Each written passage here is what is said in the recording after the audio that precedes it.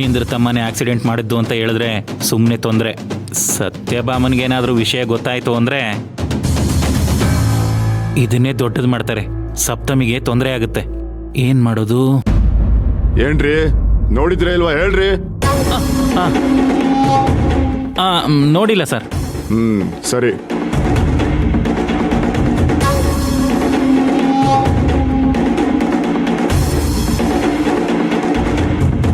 Sir, ನಿಮ್ಗೆ ಯಾರ ಮೇಲಾದ್ರೂ doubt ಇದೆಯಾ? ಇಲ್ಲ ಸರ್. ಯಾರಾದ್ರೂ ಫಾಲೋ ಮಾಡ್ತಿದ್ದಾರೆ ಅಂತ ನಿಮ್ಗೇನಾದ್ರೂ ಅನ್ಸಿತ್ತಾ?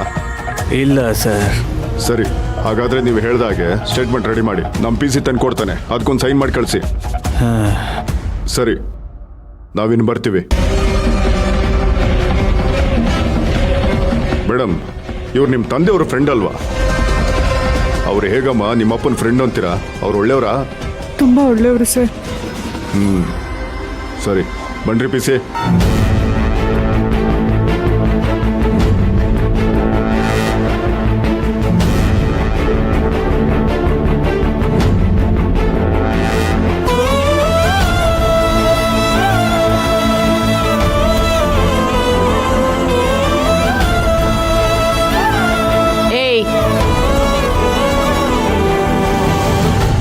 ಮೇಲೆ ಆಣೆ ಇಟ್ಟಿದ್ಯಾ, ಸ್ವಲ್ಪ ನೆನ್ಪಿರ್ಲಿ.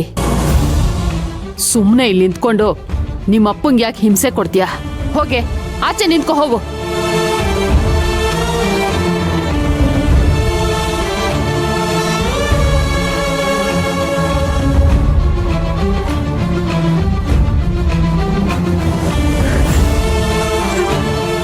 ಸಪ್ತಮಿ,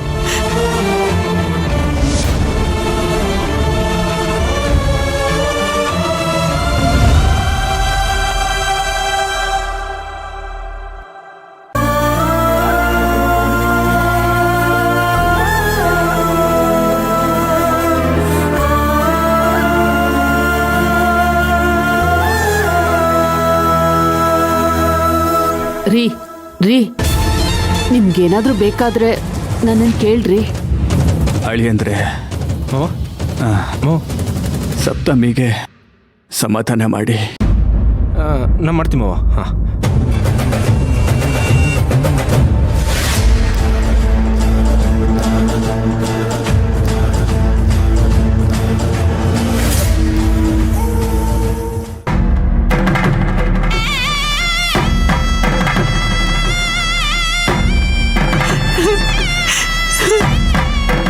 ಅಕ್ಕ ಅಕ್ಕ ಅಳ್ಬೇಡಕ್ಕ.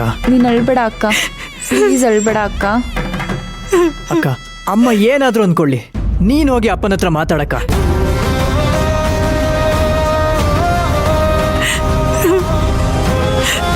ನಮ್ಮ ಕಿಟಿ ಹೋಗಿ ಮಾವು ನೋಡ್ಕೊಳ್ಳಿ, ನಾ ಸತ್ತೊಮ್ಮೆ ನೋಡ್ಕೊತೀನಿ. ಸರಿ ಬಾವಾ. ಸರಿ ಬಾಬಾ.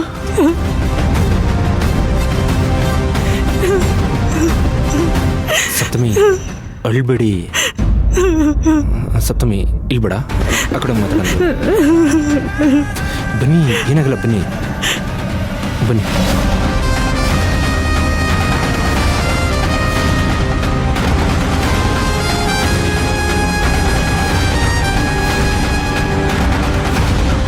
ಸಪ್ತಮಿ ಪ್ಲೀಸ್ ಅಳ್ಬೇಡಿ. ಮಾವಂಗೆ ಏನಾಗಿಲ್ಲ, ಹುಷಾರಾಗ್ತಾರೆ. ಇಲ್ಲ ರೀ, ನಮ್ಮ ಅಪ್ಪನ ಮನಸ್ಸಲ್ಲಿ ಎಷ್ಟು ಸಂಕಟ ಆಗ್ತಿದೆ ಅಂತ ನನಗೆ ಮಾತ್ರ ಗೊತ್ತು.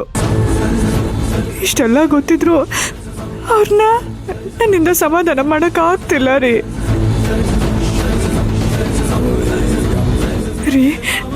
ನಮ್ಮಪ್ಪನ ಕಣ್ಗಳು ನನ್ನನ್ನೇ ಹುಡುಕ್ತಾ ಇದ್ವು ರೀ. ನಾನು ಅಲ್ಲೇ ಇದ್ರು ಅಪ್ಪ ನಾನು ಇಲ್ಲೇ ಇದ್ದೀನಿ ಅಂತ ನನಗೆ ಧೈರ್ಯವಾಗಿ ಹೇಳೋಕ್ಕೂ ಆಗ್ತಿರ್ಲಿಲ್ಲ ರೀ. ಅವ್ರ ಕೈನ ಗಟ್ಟಿಯಾಗಿ ಹಿಡ್ಕೊಂಡು ಭರವಸೆನೂ ಕೊಡೋಕ್ಕಾಗ್ತಿರ್ಲಿಲ್ಲ ರೀ.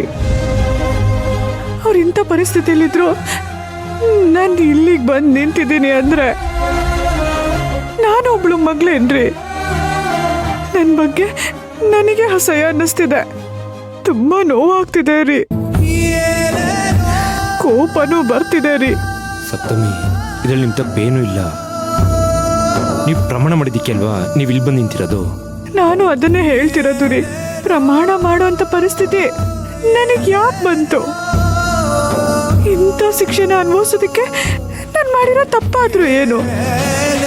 ಅಪ್ಪನು ಅಪ್ಪ ಅಂತಾನು ಕರೆಯೋಕ್ಕಾಗ್ದೆ ನನ್ನಂಥ ಪಾಪಿ. ಪ್ಲೀಸ್ ಅಲ್ಬೇಡಿ ಸಪ್ತಮಿ ಅವರೇ, ನಿಮ್ಮ ಈ ಥರ ನೋಡೋದಕ್ಕೆ ನನಗೆ ಕಷ್ಟ ಆಗುತ್ತೆ. ನಮ್ಮ ಅಪ್ಪನ ಹತ್ರ ಮಾತಾಡಬಾರ್ದು ಅಂತ ಕಂಡೀಷನ್ ಹಾಕೋ ಬದಲು ನೀನು ಸತ್ತೋಗು ಅಂತ ಕಂಡೀಷನ್ ಹಾಕಿದ್ದಿದ್ರೆ ನಾನು ಖುಷಿಯಿಂದ ಸತ್ತೋಗ್ತಿದ್ದೆ ರೀ. ನಮ್ಮಪ್ಪ ಹಾಸ್ಪಿಟ್ಲು ಬೆಡ್ ಮೇಲೆ ಮಲಗಿದ್ರು. ನಮ್ಮ ಚಿಕ್ಕಮ್ಮಂಗೆ ಅವ್ರ ಕಂಡೀಷನ್ನೇ ಮುಖ್ಯ ಆಗೋಗಿತ್ತು.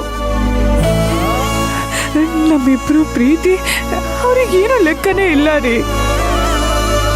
ಇದನ್ನೆಲ್ಲ ನೆನೆಸ್ಕೊಂಡ್ರೆ ನನಗೆ ಎಷ್ಟು ನೋವಾಗುತ್ತೆ ಗೊತ್ತಾ? ಸಪ್ತಮಿ ಪ್ಲೀಸ್ ಅಳ್ಬೇಡಿ, ಧೈರ್ಯವಾಗಿರಿ. ನೀವು ಕಣ್ಣೀರು ಒರೆಸ್ಕೊಳ್ಳಿ.